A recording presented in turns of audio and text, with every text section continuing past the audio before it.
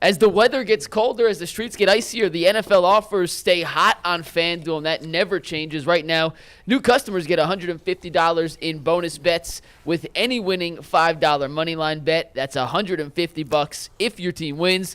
So if you've been thinking about joining FanDuel, there's no better time than right now to get in on the action. The app is so easy to use, and they have a wide range of betting options, including spreads, which, by the way, the Browns are 4.5-point underdogs as of this morning on FanDuel in Los Angeles to take on the Rams this Sunday. You could also bet on player props, over-unders, and much, much more. So visit FanDuel.com/UCSS to kick off the NFL season. That is FanDuel.com/UCSS.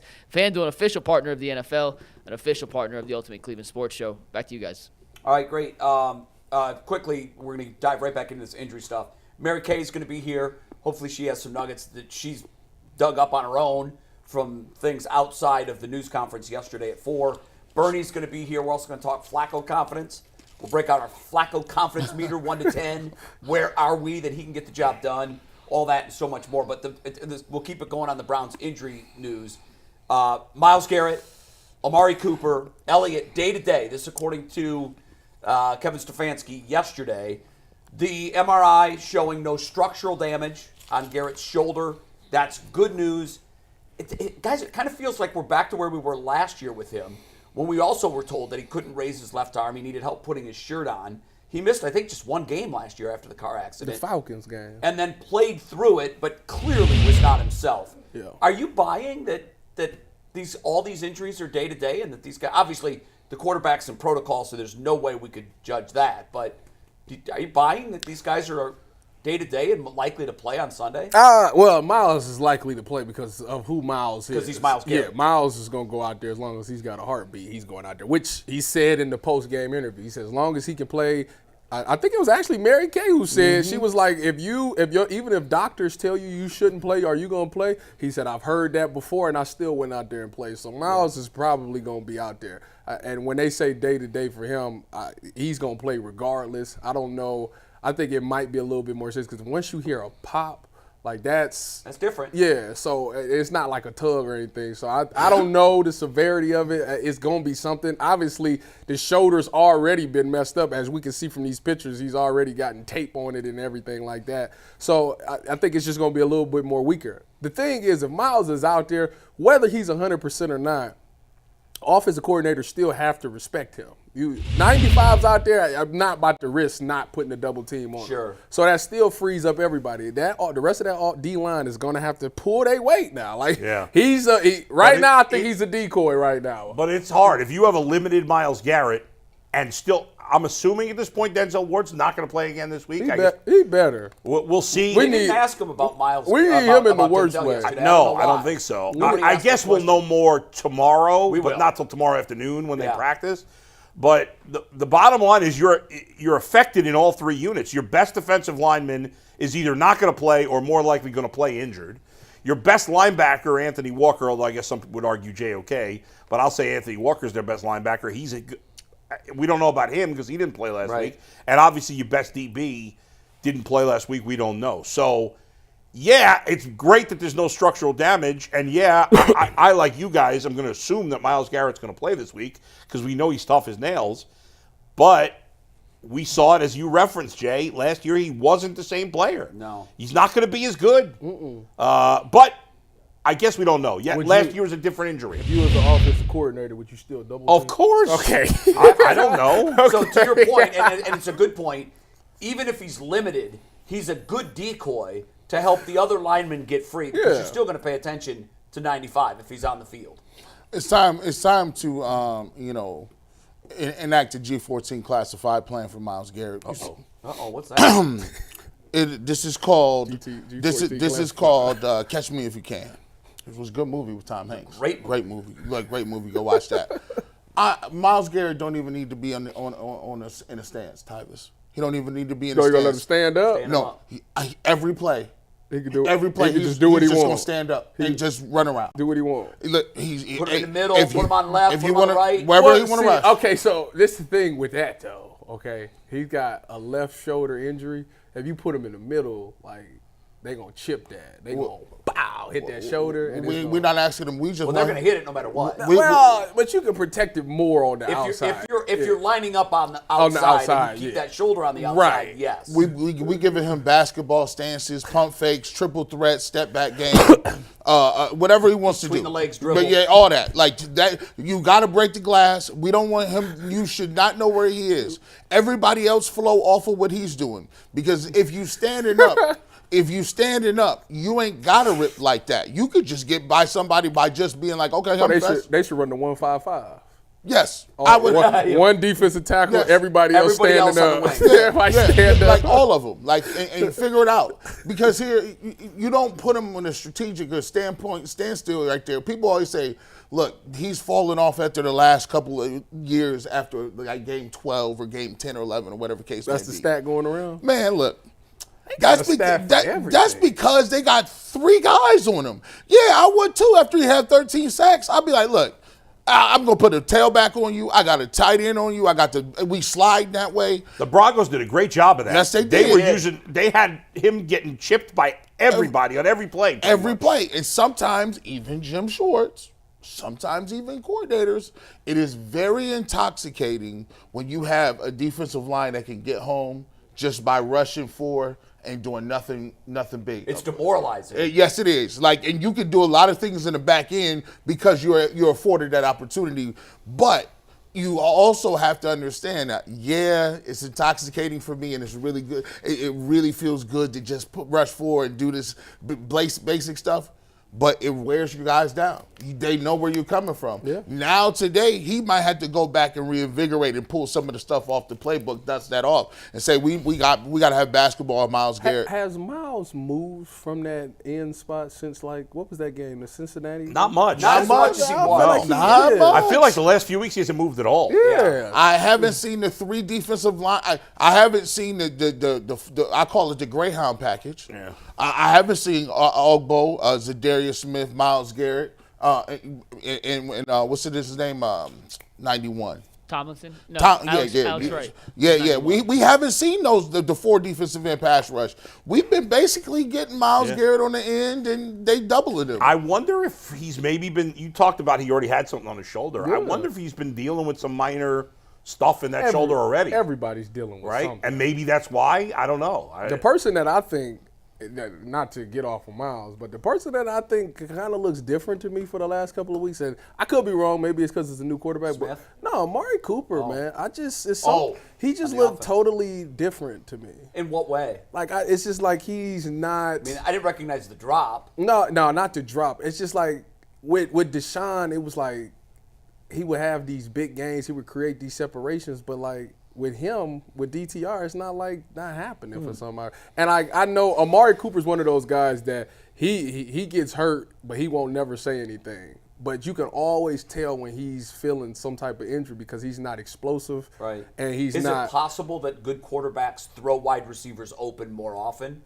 And maybe Deshaun yes, that's true. But it's a timing thing with him, though. Right. He wins his routes at a certain time, and you just got to know to get the ball. Him and Deshaun had that chemistry down.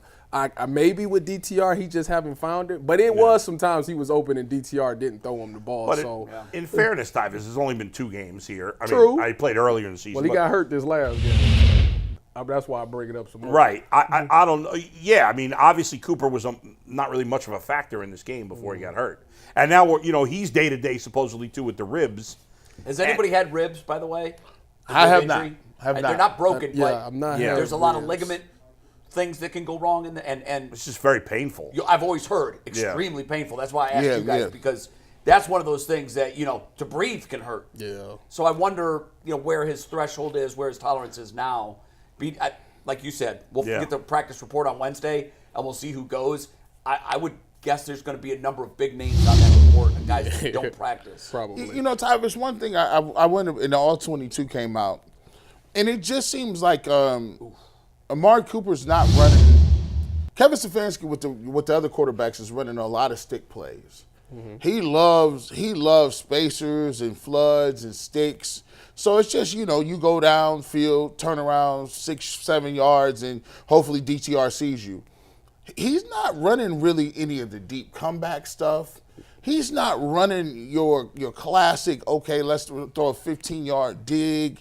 I ain't seen a post or a corner in years. Is it to keep it simple? For the Yeah, backup? I think that's got to be I what did it is. see troubling. I saw 2 receivers in the exact same vicinity in the end zone route. Oh, you talking about Yeah. I didn't understand that. And what is Elijah Moore doing? That was a fade. That was fade for the middle receiver, Tyvus. You know what play that was. It was a high fade. That's what it's called. So why the heck is he sitting guys there. dilly-dallying over there playing around? Trying to make a play. See, this is what I'm saying. Listen, Elijah, listen to me. Become his apology. Listen, no. That wasn't even the route. That wasn't even the route. Let me talk to Elijah Moore for a second. Talk to him. Elijah, listen to me. I don't know what you got going on from first to third quarter, but you got to figure something out. Now, the fourth quarter, you money. I don't know what it is in the fourth quarter, but to close money's the game, a little strong. But. No, the boy is bad. Can we the call boy be it open. cents and not dollars in terms of money? So he don't make plays in the fourth quarter? How many plays? I'm not ready to say he's a fourth quarter my playmaker. God. Mike, we got to look up Elijah Moore fourth quarter statistics. I have the numbers Hold right on, here. let's You hear guys it. ready? Let's hear it. Tell him. Okay. Tell him, Big Nuggets. I mean, Tyvus? he caught some balls. I bet you he has under To be a 100. fourth quarter playmaker is he takes 175 to the house. He's the guy that gets open in the fourth I bet he doesn't even have 150 fourth quarter yards. Let's find out. Bull, Yeah. you are correct. Yes. Money, huh? How many yards does he have He in the make fourth plays quarter? in the fourth quarter. 144. Oh, It's close. okay. So in how when the Browns have In played 11 games. 11 games. Yeah. So that's about 10 yards a quarter, a fourth quarter. That's not a playmaker. No. It's And not, how many it's not touchdowns? Does he too have any late. touchdowns in the fourth quarter? Not One? too late. He has one. What's his total? Oh, wait, hold up. I apologize. Yeah. It's 151. Oh, Ah! 151.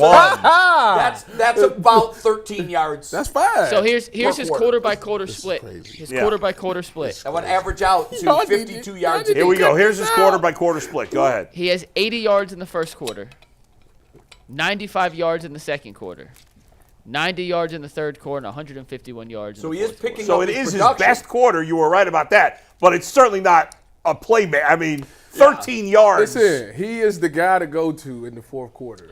No, I bet you Amari Cooper's got more than 150. What's Amari Cooper's fourth quarter yards, Big Nuggets? If you I'll go look it up. Give Easily me 1 more sec. than 150, I would hope. It's not. Well, And just- the difference is. No Browns receivers have big fourth Wait a quarter minute. numbers. Let me get back. Let me. I bet you ponder that Njoku thought. has more fourth quarter yards. Amari Cooper in the fourth quarter, 226 yards. There you go. I mean, that's not amazing either. No, but- it's not. So this is, imagine this, America. We were sold on this new, shiny, high-flying, high-octane offense. Premium. You put only premium gas in this luxury offense. And this, 95 octane or higher. that's it. I can't tell you. He's running on low grade 82. What did they do? Like, what routes did they run? This is not a new offense. Actually, I'd wager that the offense was more complex running bootlegs with Baker I than agree with this. that. I agree with Well, that. you got a rookie quarterback. I That- mean, what are you going to do at this point? Hey, bro, look, they Was liked it him. not? Was it not high powered when Deshaun was in there for the? Not really. That's just the 2 games. Let's No, just it go wasn't with high the powered. No. It was He had serviceable. 289 By yards. the other game's standards, it was high powered. Okay. High powered to me is 375 passing yards. Yeah, like you. That's what high powered is. We're never going to see that. I'm gonna let y'all know right now. That's with the, crazy. With the That's- Cleveland Browns, we don't 300. But you We throw don't it do 42 that. times we a don't game. do that. But We, then- but- we run the ball. We threw it 42 times Sunday.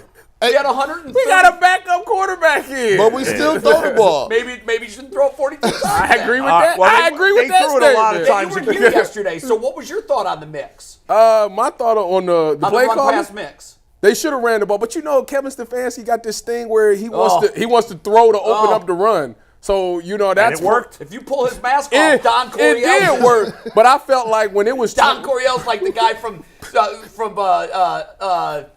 Scooby Doo. They pull off the mask. I would have got away with it if it weren't for you meddling kids. Listen, Like- when it was 12-17 and they ran the reverse, like at that point, That I felt like June they should have Jones ran the playbook. ball.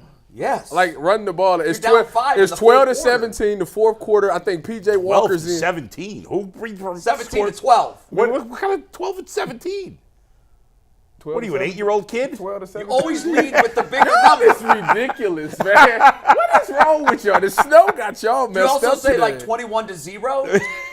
You only do that with pitchers. He's 5 and 8. Can I tell my story? Yeah. Go ahead. 17-12. Sorry. Yeah. We was down 17-12, and I felt like, why not run the ball? There's 12 minutes left in the game. PJ Walker's in. Let's protect everything. Running the ball is what they're weak at. You actually successful. Jerome Ford's got, 64 yards with 9 carries. Keep running the ball and run down their throat. You're running the clock out. So if you do go and score, they don't have that much time Well, it to wasn't answer a back. run. It was just a trick play. Run. But like I said, I talked to Jason about this. Let me put my defensive cap on. Okay, so as a safety, all right, I look at everything from a defensive mind. If you go back and you watch this play, which you got that on tag board. We ran. Oh, it's coming right now, Okay, Ty. so I got you, bro. So if you look at this play, remember I played safety. The first thing I'm going to look at is, why is Elijah Moore at running back? That's exactly Elijah right. Moore hasn't gotten a handoff since like week 2 or 3 of the season. So right now I'm like, all right, some BS is going on. The next thing I'm going to look at is, why in the world is Pierre Strong at the X wide receiver? That man ain't never played wide receiver a day in his life, and let alone outside wide receiver. So now I'm like, all right, now really something's going on this play. So at that point, the whole defense should be on high alert for some trickery play. On this play, to me personally, when I looked at it, I think P.J. Jones, shout out to you, P.J., it was my teammate in San Francisco. When P.J. Jones did this play, obviously Wyatt Teller and whoever the right tackle is, because they rotate all the time, I can't tell who it is, they was to let their guys go, and they was going to pin the linebacker. P.J. Walker was going to probably put a set of basketball pick on the defensive end, and was going to get around. Right. But I think P.J. Jones makes this play because he swam outside. When they drew this play up, they thought that a defensive tackle would see Elijah Moore and he knife it. He go inside of Wyatt Teller. If he goes inside Wyatt Teller strong and come around the end, he won't be able to catch him. But I think him going outside of Wyatt Teller on that swim move blew it up. He fell into the play. I don't think he meant to do it. I just think he kind of fell into this play. I think he did mean to do it. No, I think he just I think he was just making his best move. You know what I would like to see? It's not on that version. What I would like to see is what was going on pre-snap on the defensive side. Were there guys pointing to Strong out on the wing? Listen, my boy Justin Simmons is there. Justin Simmons is one of the best safeties in the league. He studies stuff like that. They knew it was going on. No, for a fact. I would like to see what traffic was being directed. And what motions were being made. It's obvious. Like, why would you? Like, if you flip the two, maybe if you put Elijah Moore at the X and Pierre Strong at running back, like, all right, that's regular. But why in the world is Elijah Moore and why is Pierre Strong at wide receiver? You never do that. See, that's the thing. Like, high school kids know that. High school know that. Like, if you don't line up that way, they might not know that. It's about paying attention to detail. No. If you study tape of the opponent, if you study tape, you know. That's all you know. You know. It's an irregular alignment. That's all you have. There should be flags going. That is your job. If Pierre Strong lined up at wide receiver at any given time, never. That's what I'm saying. I don't think so. Yeah, I don't I just, here's the thing with all these injuries. I would want to say this. Hopefully, we could take a snapshot of this for all the Browns fans out there. Every offseason, we're going to do this exercise, right? We do it. It's going to happen again. Somebody's going to be available. You're going to see it, that it's a name of somebody that played once upon a time that used to be good. You're going to say, we don't need any names because we have so-and-so already here. I'll tell you, Shaq Leonard. When we sitting here right now, if you got Pierre Strong running reverses, you don't have anybody. You don't have any receivers. You have one receiver, really. So when we get to the offseason, I would love for you not to tell me, G. Bush, we got DPJ. Oh, I forgot. I forgot. G. Bush, we don't. When Hopkins is available. Oh, no. We don't need that. We got exactly what we need. And by the way, it's not just the name. You got to understand, you can't cry about not having depth if you automatically say and believe in your head that all your players are going to be in the season completely healthy. You have to build your roster for depth so that you can, when Amari Cooper go out and say, I got so-and-so to step up in here and do something. But it's going to come. On the offseason, I'm going to remind you this. We're so banged up right now. We're so banged up. That's because in the offseason, every fan base convinces themselves that every player on their team is great. Yes. And in some cases, better than they actually are.